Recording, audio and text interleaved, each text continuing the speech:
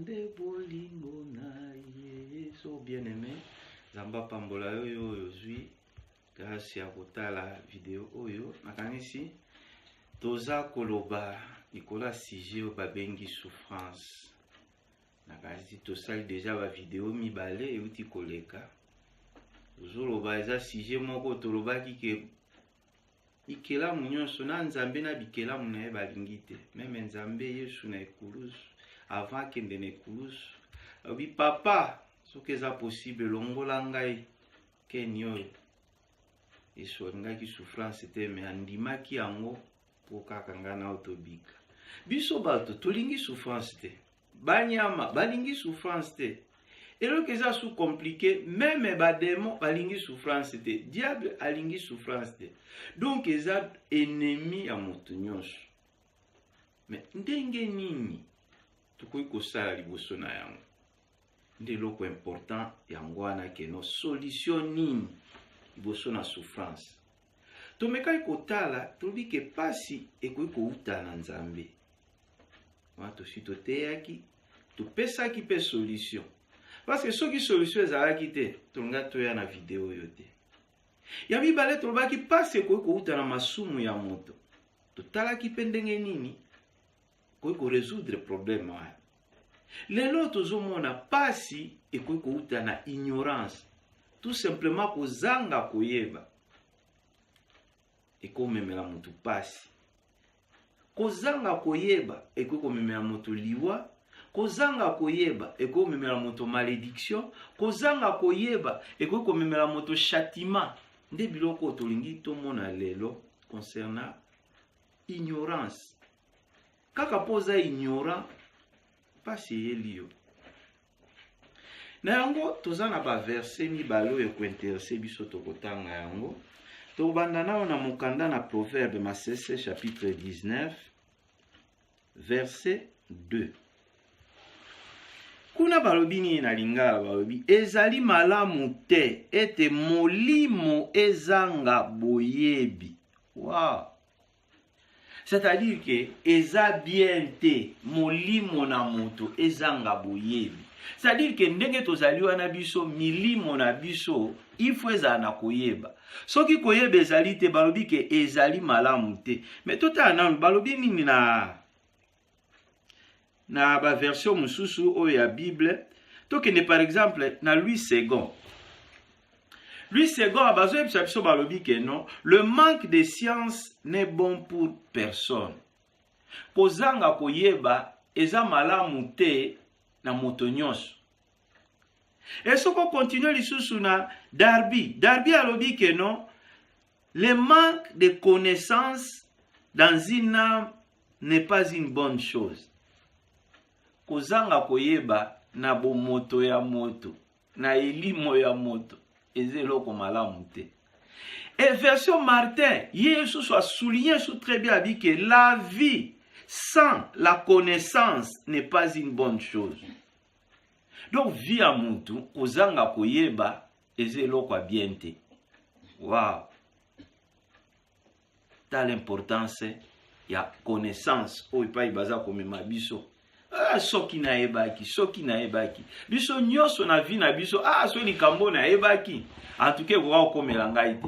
So na yebaki, na okai kosala ngo te. Soki na yebaki, soki na yebaki, soki na yebaki.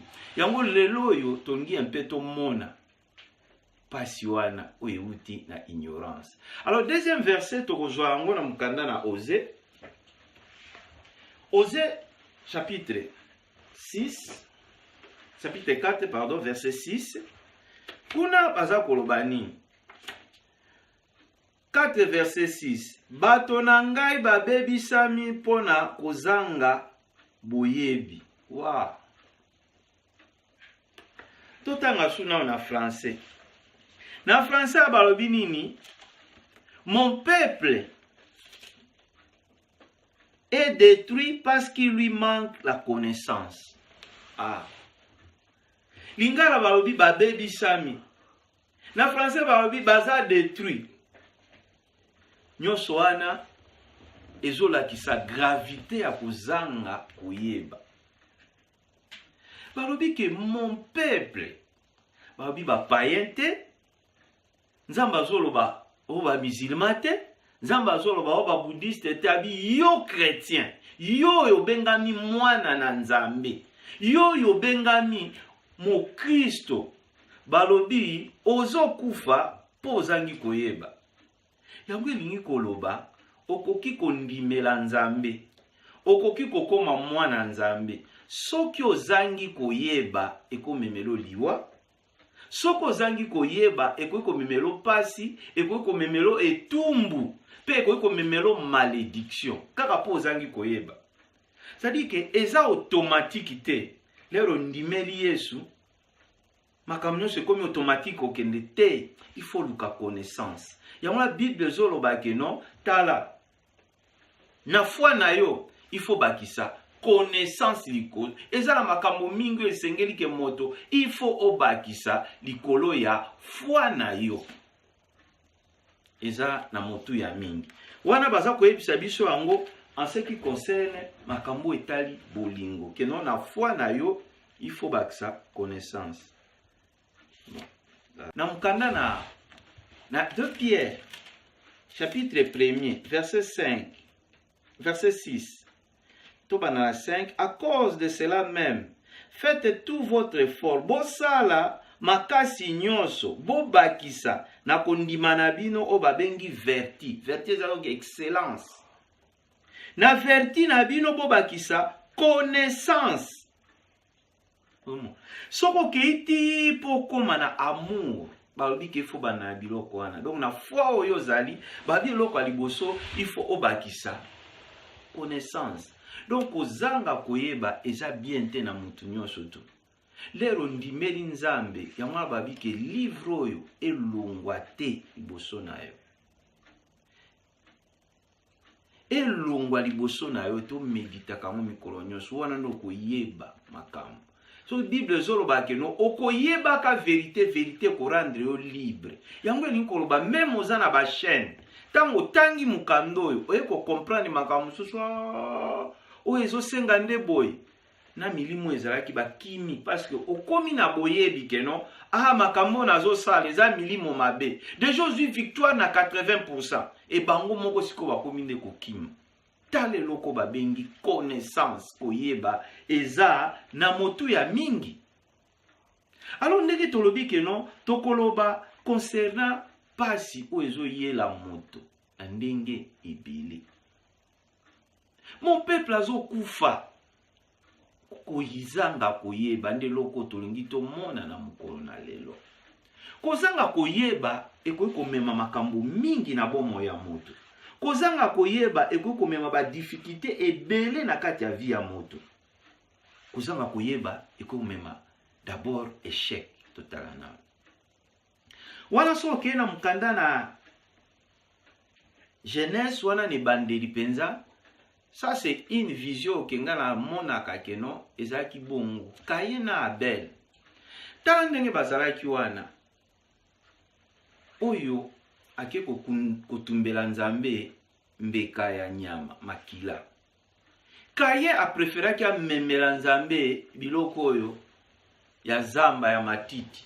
Ngana lobaka ezalaki kozanga koyeba. Parce que Abel, moi je pense que akanisa ki abikeno ba para nanga basalaki mabe. Biso za bato masumu. Loi ya lola elobini. Sans effusion du sang, il n'y a pas de pardon. Moi, je pense que à réfléchir ça qui n'a pas que non, pour que bolimbisie ya, pour que nzamba agreye biso, il faut makila. Aki ko bonzela nzambe makila. Et moninga lera ke ko bonzela ya zaki végétarien environnemental. To bongisa environnement na biso, ya ke ko pesa biloko azamba, mais babi ki aishuwaki, moninga zwaki. Et aiko tinda ye akenosala makambo mabe. Zaki nini po azanga ki koyeba. Tokoy komona na même ba disciple. Et on est dans Matthieu chapitre 17 verset 21. Balobi ke non ba disciple ba kei ba kende pour délivrer monde. Ba ke toura liboso. Kolo milimo tosi biso pena ndenga osakana te. Nzambe yeso habite. Bo se pelande ba kombo na bino ekomami. Bokende susu, bakei lisusu, bakoma kuna meka eloko te. Moi so na zonga binkolo. Ba disciple na yo ba yawa ba kokite ko libérer moi na ngayo. Yesu alobi ke no milimo yo il faut voluka koyeba ebimaka kaka na prière na jeûne. Alléluia. Tala situation zo mona penza ke no connaissance ndezalaki na bango te e ba ko zwa connaissance wana. Ndenge tolobi ke buku oyo erandaka bato libre. Tangu yo pozio ebi ke no milimo mabe misusu ebimaka kaka na nini prière na jeûne. Tala échec bakei ko échouer pona nini tout simplement bazalaki incapable koyeba bazangaki koyeba ke no oyo eza eloko ke no il faut ememela biso problème parce que to jenaki te ezalaka ke no na jeune ezala bato mingi ba échoua na ba vie ba échoua na ba commerce soki na ebaki mingi même na mabala ememela bango ba conséquences minene soki na ebaki yango na connaissance eza une importance mingi. Tout ça qui nous arrive des fois que nous nzamba tala kotanga te nzamba tala kanini te mais kotanga eza important penza koleka ignorance eza malamu te. Kazo ebisa bino nazaki wana na zai ko prier na Lubumbashi zai banona 5 na 6. OK, prière mon baba sali balobi ke non il faut to ndeni no abanzele zo beba boy. Il faut eza na démon moko boy ba découvrir démon moko ba bomaka banzela. Il faut to gêner, to détruire des mois. Na kati ya Lubumbashi na ministère moko boy so ki pa mingi na combat spirituel. Na vanda ki na priya kita, na kenda ki na ngote. D'abord j'ai réfléchi. Makamona ça peut arriver ko kozala mais soko tali conformément la parole na réalité. E okande kozanga ko yeba ndeza ki na bato. Banzela depuis ba belge batika baka niveau ekangama maele kaka susu te sokeke yango nezo bebisa banzela ezaki likambo de mote parce que natali yango pona nini na classe balakisa biso na géographie économique comment est-ce que banzela zaka détruit comment est-ce que mboke zaka détruit voilà et pas nini o connaissance eza importance eza na makambo mingi kolanda ba information eza pe na importance. Quand ça la documentaire, ils ont une importance parce que connaissance, ils ont une importance monene. Et sauvaka mingi. Ba échec mususu ya bato mingi pour kaka ke no koyebeza na ete. Eza na makambo mingi okoki kotala wana ke no oyo soki na ebaki. Langage wana soki na ebaki, soki na epona nini ozangi koyeba. Molimo musanto azaka ndenge bato mingi tolobaka ke gentleman. Ayaka kaka lakisi yo. Mais lokola moto azana miso mibale. Tokolo ba 4 ziete miso. C'est-à-dire oyo miso ezomona eza miso moko. Miso mosusu pe ezali. Alors ba miso mibale wana siko yo am na yo fezwa décision. Miso na yo emoni, molimo mosanto pa lobi. Soko yo ki molimo mosanto te le reste wana etikali miso na yo. Et il arrive des fois mingi bato mingi bazo yoka molimo mosanto te ayoki nde diable atroublaka pe bato oyoki ozoka nsuite mais tango ozalaki na connaissance esili aozwa yo sute bato mingi toyoka na ba témoignage ozotunza mais oyo ayebaki te ekomaka soki na yebaki yango wana luka koyeba eza mabete tanga ba classe kende ti même na sommet eza malamu. Alors eza susu na souffrance mosusu ekoki komemela bato, c'est-à-dire souffrance euti na ignorance ekoki komemela bato châtiment punition. Lelo na ngai peut-être totanga ba verset mingi te parce que to kende ti tokoma kaka na suka po tozwa lisusu teme mosusu. Tala bakaya ba David pour manque kaka ya connaissance bato bae ba ABC joa ba ABC ala non David a eu sa recensement habité nzamba baki tokozali bede zo mona te ke zana tina moko te tebo sa recensement asali recensement ya ko memela bato nini problème nzamba bi David oyo sali fo punition ya ki kokota châtiment na nzamba pesaki ayebisi opona liwa nzala na kokima binemi. David abinzambe to préféré to kwea na maboko na yo. Tokondima to kwea na maboko ya binemi te. E piniswe yaki. Nzamba tindi ange bandi ko frapper bato bakufa. Ba frapper nzamba tali kaka boye non. Assez arrêté. Ange ko arrêté. Ya mwana banji na nzambe wana baza bikila mo sakana na bango te. Wali kaka boma meme balami kuna kaka ndengwana soki apusa na kambe na frappa kiyo. Nzamba zo sabana Israel alobi keno tangu bokenda bonyoko linga mingi bana na ngai. Mais tangu bokenda na otinda ange na nga ozala na bino parce que Moïse alobaki so okena biso te to okende te.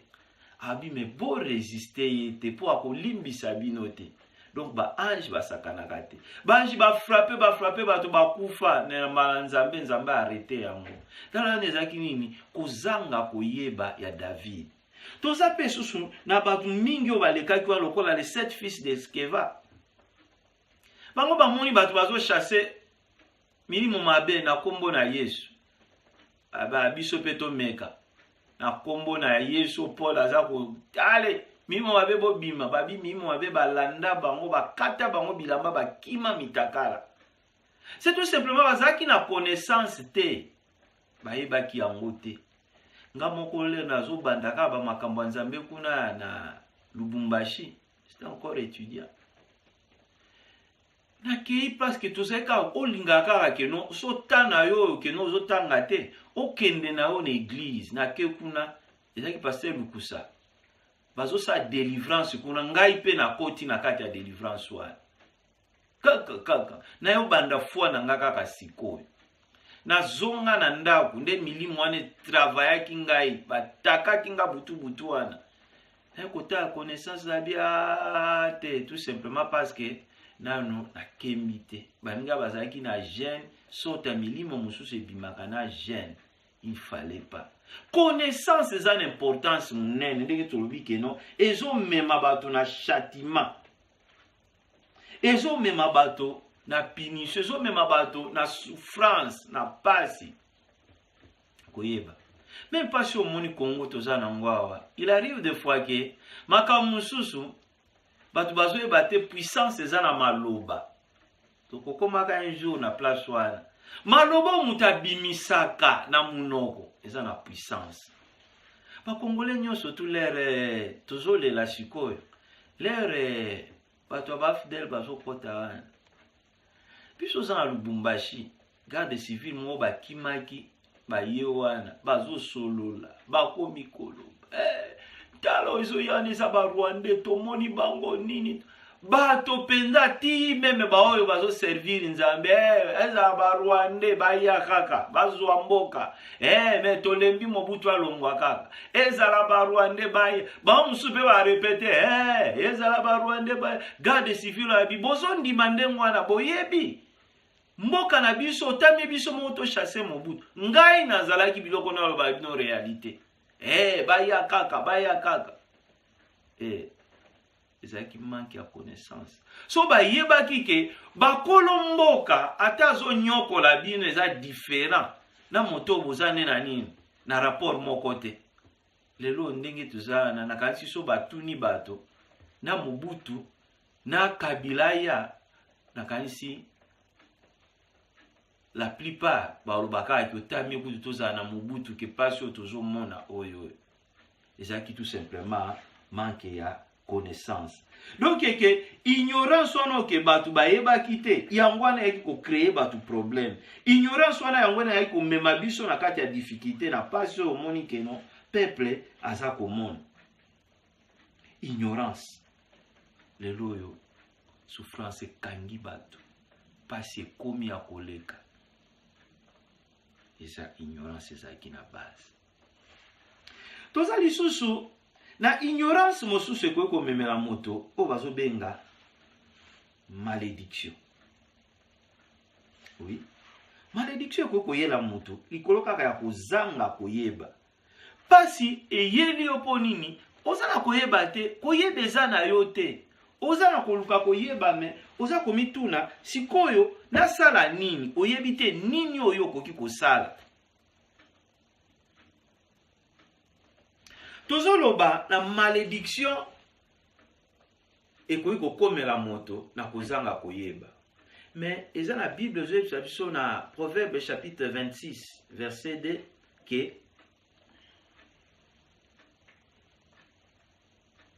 malédiction sans cause eza na effet moko te. C'est-à-dire que moto akoki kotilo malédiction soki eza na cause te kozwa effet te. Donc à chaque malédiction soko mone kangi mutu il faut cause moko ezala, il faut raison ezala. Parce que Bible est claire, malédiction sans cause eza na effet te. Ne bazolo ba Yesu déjà effaça ba acte nyonso to wana ba ordonnance wana nyonso to ezali ko condamner biso Yesu effaça yango. Alors siko eloko ezo condamner ezate pour que condamnation ya, pour que souffrance ya, pour que blocage ya, pour que problème ya lié à la malédiction, il faut cause moko ezala quelque part. Pour na biso ezate to yeba nani mokolo nini salamaki pona nini metoyeba ndenge nini moto akoki amibimisa.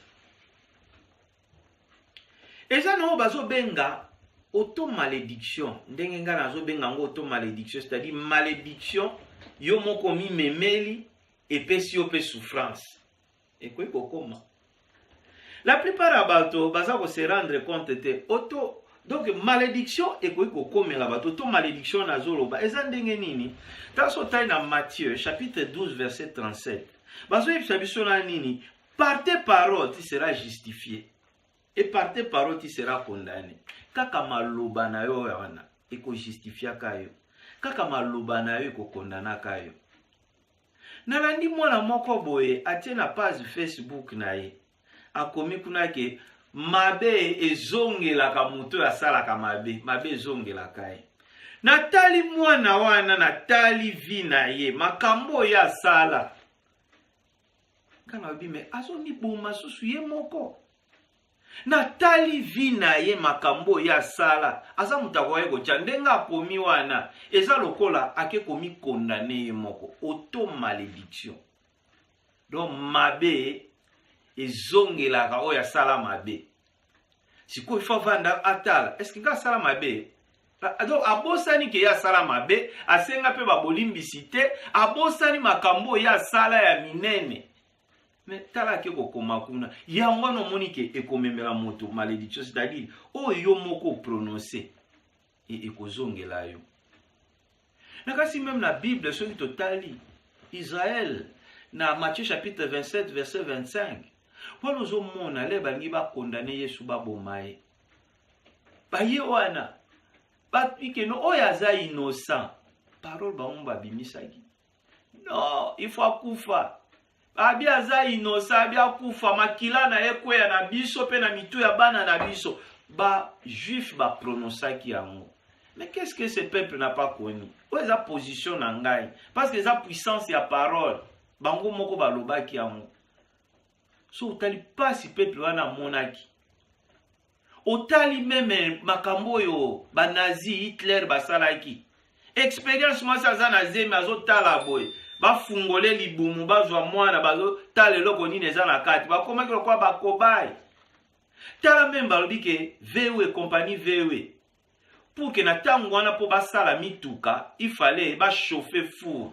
Ba koni ezate mi batoko ba chaka bango kuna na kati po ba chauffaka four. VW ba kondanaki bango ba dédommager ba Israël. Ba Israélien, c'est-à-dire ba victime au holocauste bana na bango na ba koko na bango. Et c'était quoi? Auto malédiction. Bango moko ba prononcer makila na ekweya na mitu na biso na ya bana na biso. Yango elingi koloba ke no tangu yo ozo prononcer maloba wana il faut ebake ekokoma. Yango na chaque fois même que yo moko oyebaka ke no maloba o ebimaka eza na puissance monene. Tana miko ekauko osma desséché. Nzamba zo ebise ezaki na kisite maite nini te albika ka loba. loba. C'est-à-dire malobo ezo bima na munoko na yo si tout moi na nzambe, la même chose ndenge ezo bima na munoko nzambe. Po nzambe ba mona ka ete a utiliser ndenge ezo bima yango na kaka. Parle. Osma desséché. Miku e kauka loba na yango. Yango chaque fois devant problème. Loba na nzambe tango sisi ko bondela loba pe na problème. Auto malédiction siko tango yo loba na problème yo komi ko loba. Ah, iso pena to yaka kotika baninga. E kozalaka ndenge wana. Yo moko lobi yango prononcer yango. Auto malédiction. Iso penza o penza malchance penza na zana ngo. E kozala bongo keba na malobo yo bimisaka. Meme na bana. Yo zoba ebeme. Nazo kabela motazo finga mwana na ye moko boy. Mais oyebi conséquence ko ya lobité. Maloba chaque fois au loba, il arrive des fois que Satan nous excite. Azako mema biso to bimisa biloko e ko zongela ka biso na retour. Et yangwana sala attention. Pas si monsieur zoyela mutu pona kozanga koyeba et memeli malédiction na oye moko a prononcer. Yangwa chaque fois bimi na tongo na ozamu tuté e mokila te na ozamu tout. Na ko échouer te na journée à lelo. Sanza moi bino nyonso boza biloko nzamba salaki ennemi mo ta ko utiliser bino pour détruire vie na ngai. Obimisi ba parole o eza positive. Obimisi maloba oyo ke non aider yo otambola na journée. Nde yango na benga prière. O adorer nzambo bénir nzambo silisi. Prière matinale musana ngo yango comme prononcer ba parole oya bien journée on a bimé aux alalam. Nyonso kotambola malamu o nyonso mutu kanangai nzela nazo kende ba chef nyonso mutu moko te ako contrecarrer milimo eyo kaka ekobei. Alléluia. Eza lisusu na pasi mususu zo uta et même ma malédiction, c'est-à-dire ignorance bato bazo yebate concernant ba parents. Malobo ezo bimana munoko wa ba parents. Nalobaki yango malédiction sans cause eza na problème te mais il y a toujours des causes. Mutu moko yebi ete na nzela akoyi koloba no ale longwa kula boye eko sana ngo eloko moko te muto ya botio azawana ye mutu abimisaki lumière éclaté pa inayo.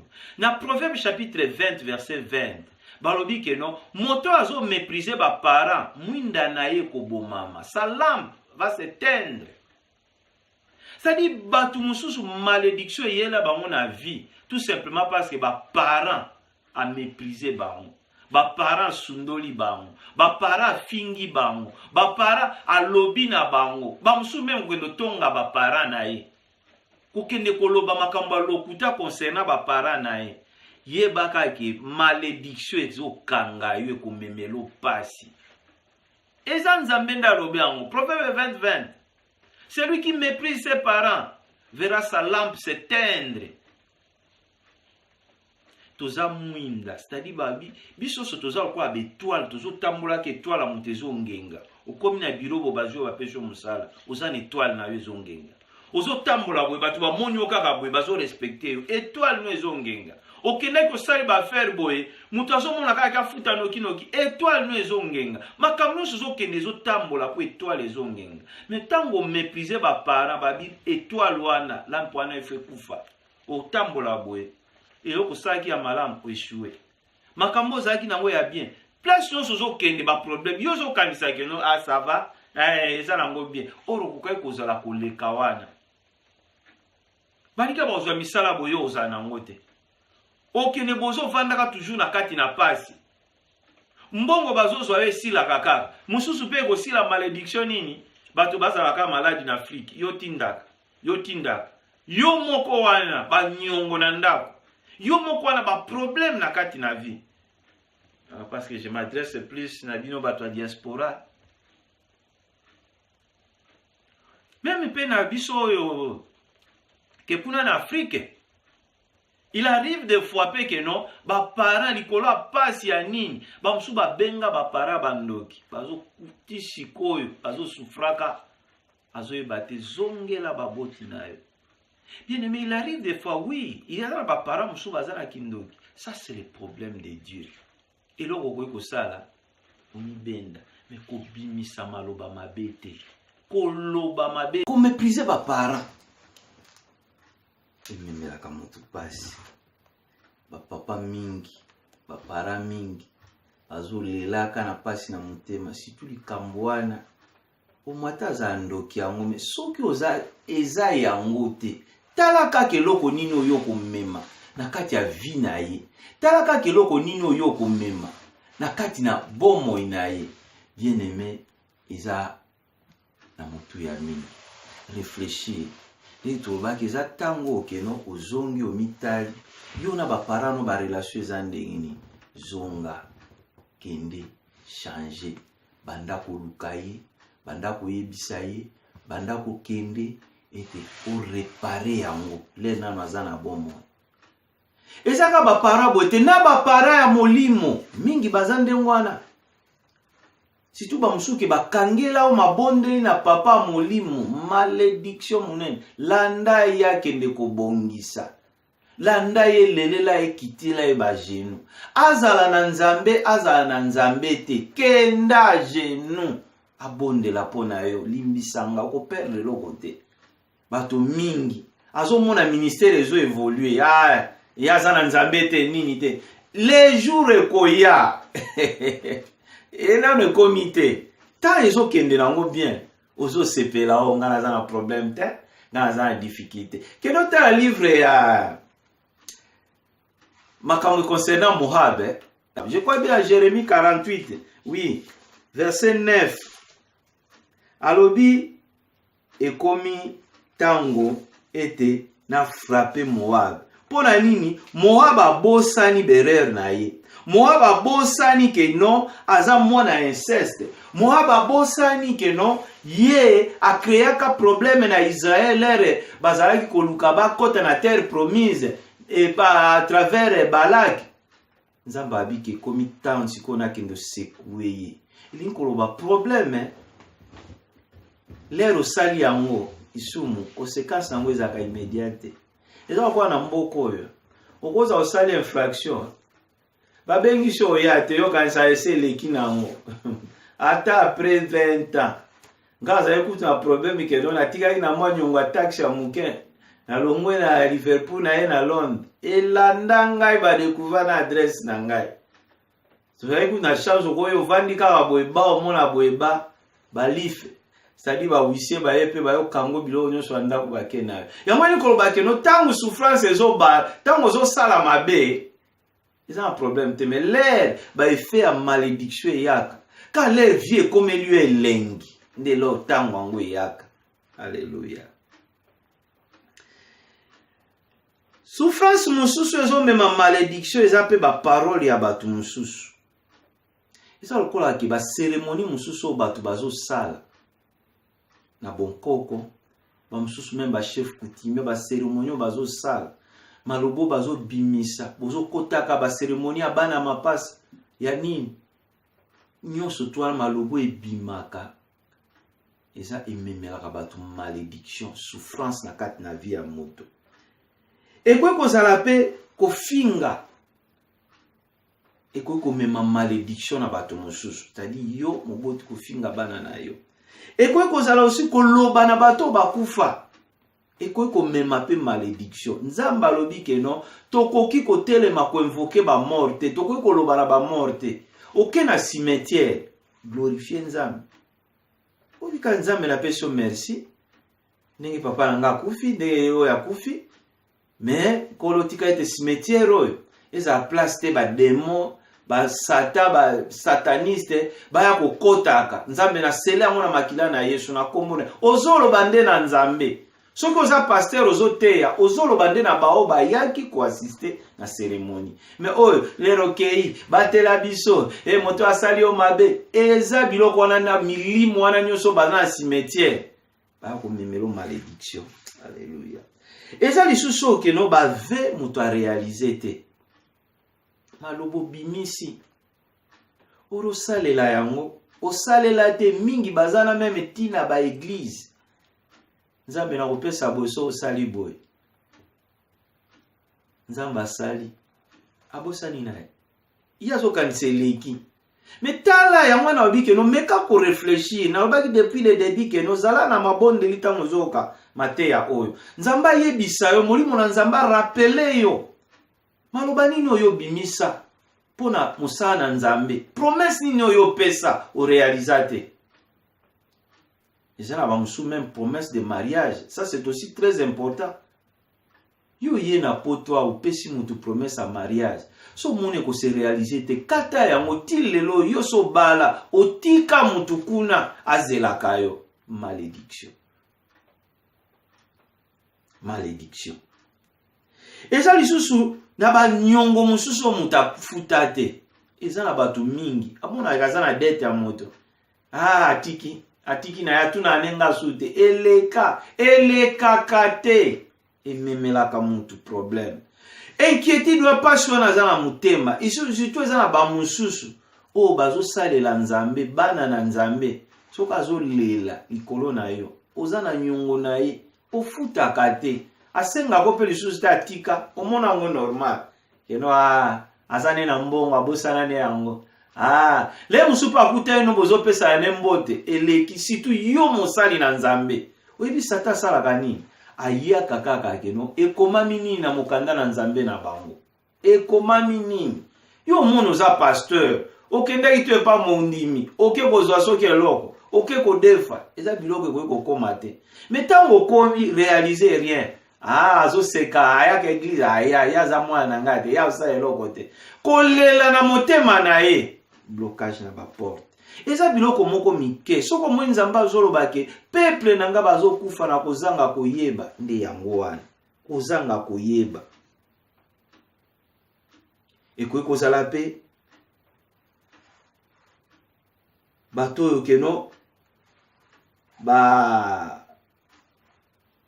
bazana ba parents que ba parents baza mécontents, ça aussi ça peut créer la malédiction parce qu'ils sont pas contents.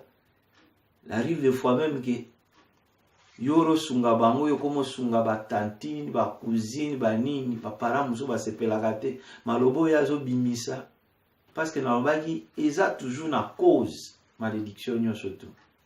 Réfléchir.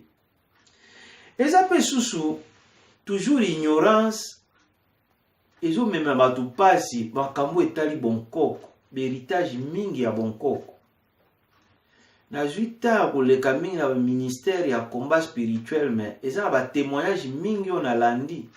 Et c'était un moment vraiment Bible a raison, mon peuple périt faute de connaissances.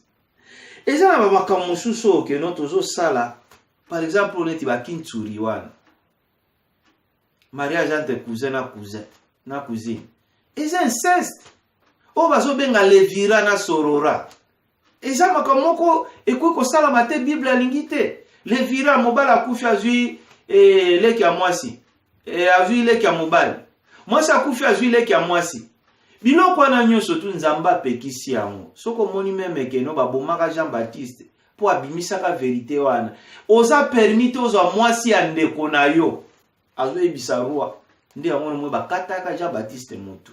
Mais ça biloko wana nyonso tu keno babi keno vous connaîtrez la vérité na kati ya Bible. La vérité nde ko rendre au libre. Luka oyeba vérité. Luka otambola na vérité. Luka ozala na vérité. Yango wana nde ekokomisa yo libre. Eza na ba biloko mususu omoni ba objet oyo ya ba coutume ya bonkoko moto gada na ndako. Biso nzungu na biso ya famille. Oyo mususu keno elamba moko ya ba cérémonie ezalaka papa na eto nani akufa azwa ngo atika na lata kapete mevanda na ndako. Nga vanda kina zana ndako boye nalali boye banza mba ko révéler ngai keno. Ozane loko moko ezana ndako nana efe bima. Ukola photo lokola nini boye. Na enda tali ba photo nyonso tu ba biloko nyonso na bambaki na mirti. Na komona photo moko ezalaki la mutu moko na kati na bikeno. Message so moni likambo yelio déjà deux fois boye, ce qui fait qu'il y a quelque chose. Na longola photo wana pe wana mona ngo sute. Eza na makambo mingi okeno batu ba garda na bandao. Surtout batu okaba biloko oyo moni ke no ke ko somba biloko no eza eloko a occasion eza nini bo bondela nzambe pona yango le riozo zo tiena miro tiena ndako tiena nini oyebi te e cérémonie nini salama ne eloko wana il faut bondela nzambe pona yango oyebi te eloko nino basala na yango omono vandi na ndako boye parce que na biloko muso etiraka présence ya milimo soki na Lubumbashi ndeko moko boye tukoti na ndako tuvandi azwika muziki atie boye mutu aza na jekamine aya pendoka nani titocha muziki oyo nani kangande nani na yo wana manseba yoko unirumieze limbisanga na ebakite boye pona nini eza biloko mususu tangu kako déclencher yango ikumubenda yo ye na cassette neto wana muziki wana yo lero chango na ndako nayo uka muziki moko douce yo zo ebate ke za ko attirer nde milimo mabe.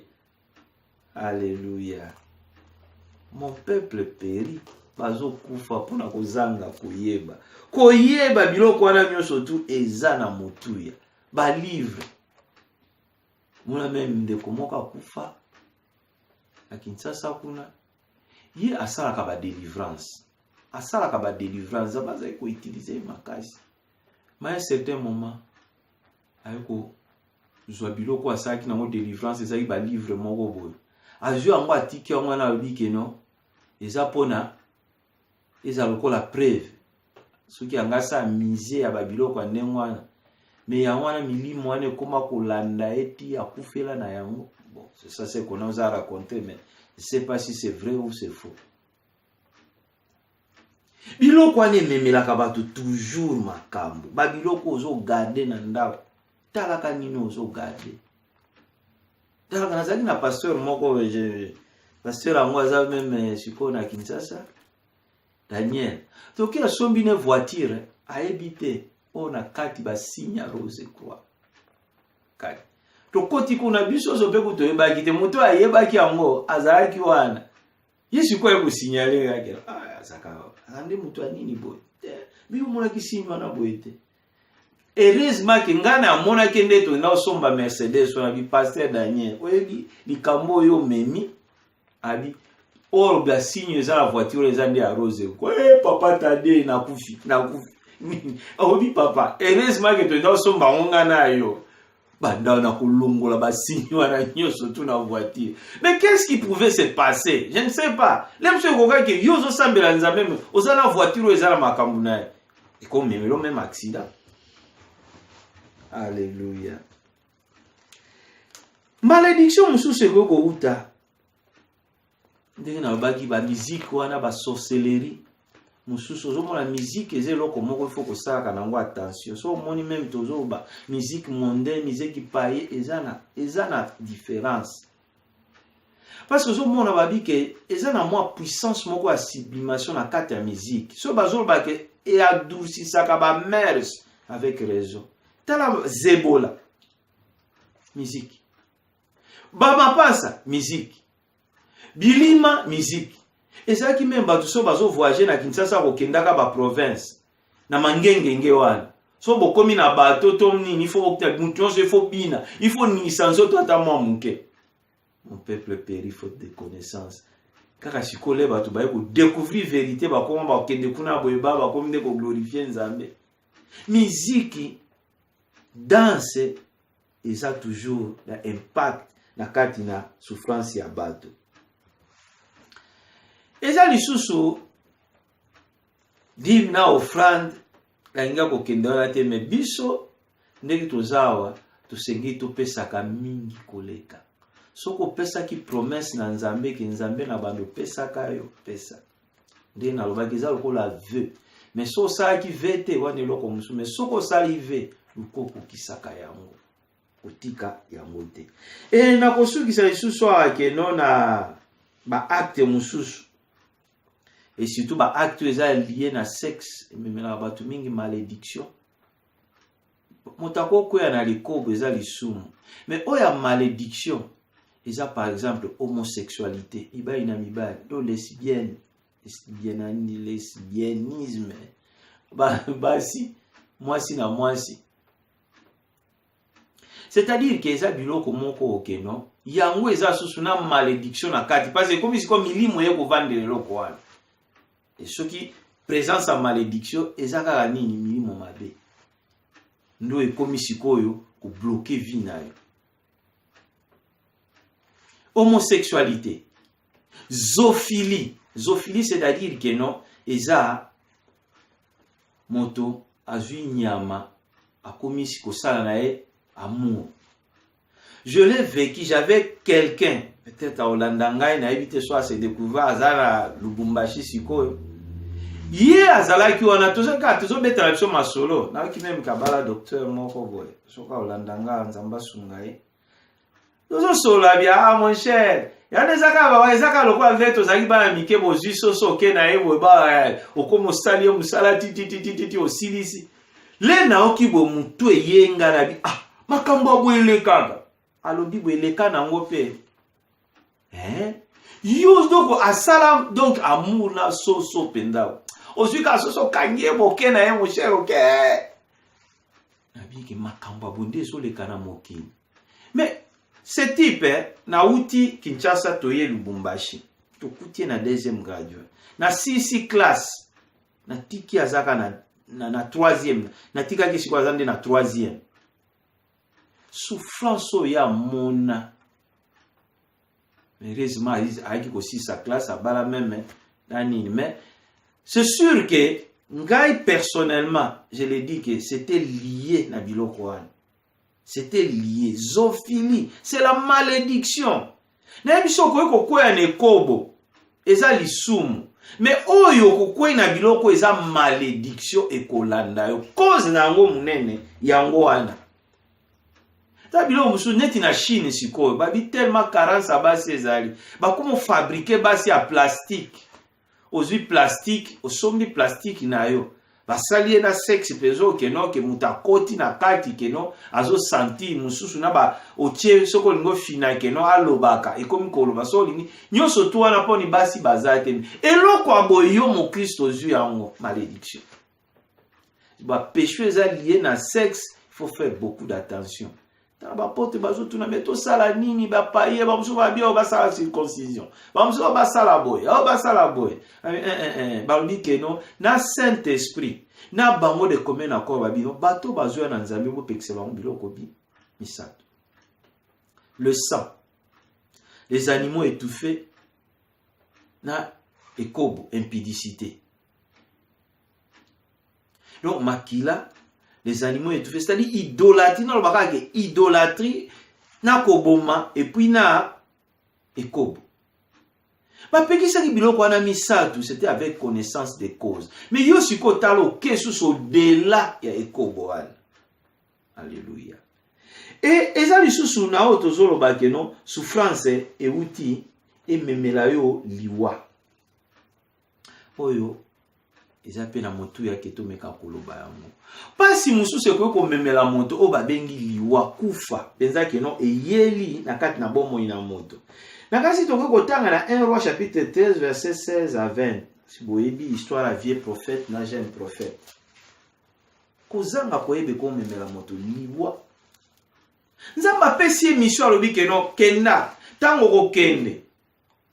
Sala musala na pesio tango sisi zonga. Ko pesa mutu mbote te ko kota anda kwa mutu te ko lielo kwa mutu te zonga directement akeipa akomi asali musala zalaki ale sala ifala sala asili siba tango Roboam na Jeroboam mwana akomi kozonga zonga akutaina vieux prophète moko bana bayebisaki abi bana nga bayebisinga ke no Nzamba tinda ki o sali nini boye akokota to melata mai abi nono nzamba ebisa ngana kota te ni tabi ngana za prophète tuna bato nyonso tu naza nani babia za prophète ngai anja ebisi ngai ke okende to vandolia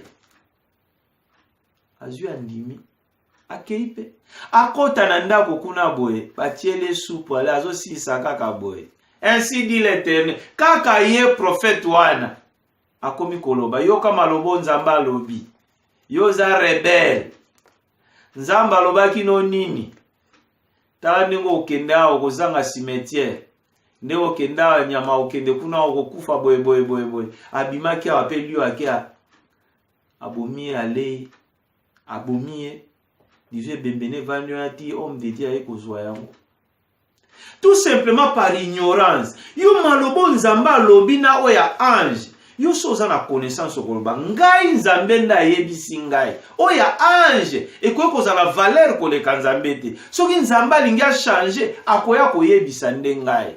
Voilà ignorance. Moto na nzambe akufa azaki suna bomoi te. Bakaya uza ndenge balobi ke nzambe frappaka ye na mort. Tala H l'Éternel bauti kozwa yango. Voir même ba Philistin bango moko babangi babi to simba ngo te to mema yango. Bazwi yango batie yango na ba ngombe onano etambola na mutu te. Parce que nzambe apesaki déjà mibeko keno yepa yebaki yango. Mutu akosimba ngo kaka ezali ba Levite. Musana na bango yango wana. Ezo ya linga ede nzambe amoni H linge kwe. Na boboto nyonso ake asimba yango po ekweya te. Babi ke nzamba frappa ya kufa kozanga koyeba emimiliwa na David kuta siliki abi nzamba kosala bwepwani ashoye yasuna ndako na ngate ngaza na bana batu ba ya kufa boke nawo asheke pa obele dom tango ekomi kuna nzamba pambole David abi abozo ngselanga ngwa boya na ngwa ay ko récupérer. Mais le fait ezani ni keno uza kufa ki tout simplement kozanga koyeba fala yeba keno na Israël biso toko simbelo ko te c'est sacré ils ont réservé na ba Lévite même l'église ils ont misala mususu mutu nyoso ko simba mote ils ont bato ba benga mi basala ils ont bato mususu keno yo ko suka awa ils ont oyo ya bengama ayebi pa ya kokoma yango so moni bato mi bazo ba difficulté bazo ba problème. Tout simplement parce que aza na place où sengeli azalate nzamba azozela yo babengi yo moyembi yo komi motei babengi yo motei yo komi mosali ba video babengi yo luka oyeba place ni nzamba tie yo nzamba lobaka tunaye ayebisa yo. Alléluia. Voilà un peu bien aimé ezana oyo bazobenga wana keno souffrance, ignorance, c'est-à-dire que ignorance c'est même une souffrance et souffrance c'est comme même une liwa. Voir même dans Moïse, tala Moïse, il va dire que Nzambe va mesanaka na ete ndenge pasai na Nzambe baloba. Il tellement ka mesanaki na Nzambe ti loba na rocher je ne sais pas qui pour frapper rocher trois fois. Nzamba bagine loba na rocher pour maebima batika au mona tana cimetière na ete et je sais bien que nzamba sala ki yango pe ko éviter pour bana Israël so ika ke cimetière a Moïse ezala kana kanisi ti lelo mbele et comment penza lié à idolâtrie penza koleka nzamba kunda ye moko kuna et on a bien aimé ezana o bazolo bakeno souffrance et ko mema makambo ebele na bomo ya mutu souffrance yango yangwana oyo ememeli difficulté na kati ya peuple de Dieu. Et voilà sikoyo conclusion eza nini? Luc chapitre 19 verset 30.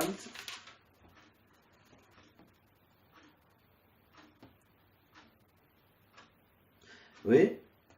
Mpe alobaki ete kenda na kati na mboka oyo ezali kotalana na bino pe ekokota bino kati na mboka bokokuta mwana na mpunda esili kokangama moto naino avandi na yete kangola yango pe kamba yango awa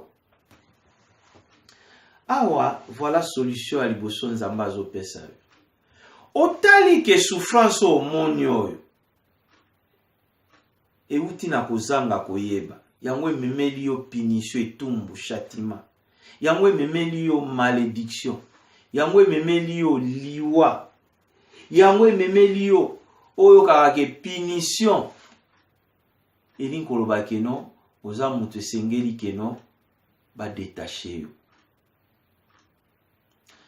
eza bato mingi balingaka te kondima ke non soki ke non ondimi nzambe bamosusu bamonaka neti ke automatiquement makambo nyonso tu ekangwami efungwami non soki ezalaka bongo mbe bato oyo basimba bamagie bakisi mbe balukaka délivrance te mbe badelivraka bango te il faut babondela mpo na yo eza mutu mosusu autodélivrance mpe ezalaka oui ça arrive des fois parce que ntango ondimeli nzambe okomi moto a prière jeune